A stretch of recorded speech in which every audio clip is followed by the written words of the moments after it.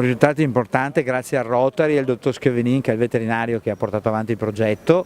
È importante anche perché per noi significa avere il prendersi cura degli animali, significa dare agli anziani quella possibilità di stare meglio, quindi di non avere la depressione, perché seguire un animale significa anche avere un interesse per qualcosa, significa fare movimento e significa aumentare il proprio benessere psicofisico. Beh, è stata provvida la legge regionale sulla pet therapy.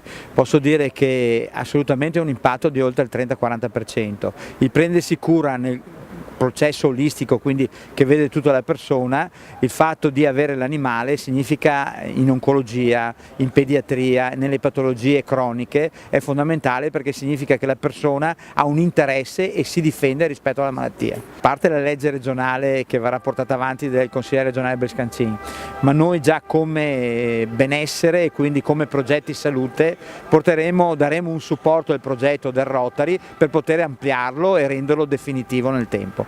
Ma noi siamo già intervenuti sulla sepoltura nei giardini di casa per i piccoli animali, i cani, i gatti e animali da compagnia. Dall'altro il benessere animale, e poi questa legge che vogliamo fare per dar modo agli indigenti e agli anziani soli che non hanno possibilità economiche di avere comunque un aiuto nella cura degli animali, perché per noi è un investimento.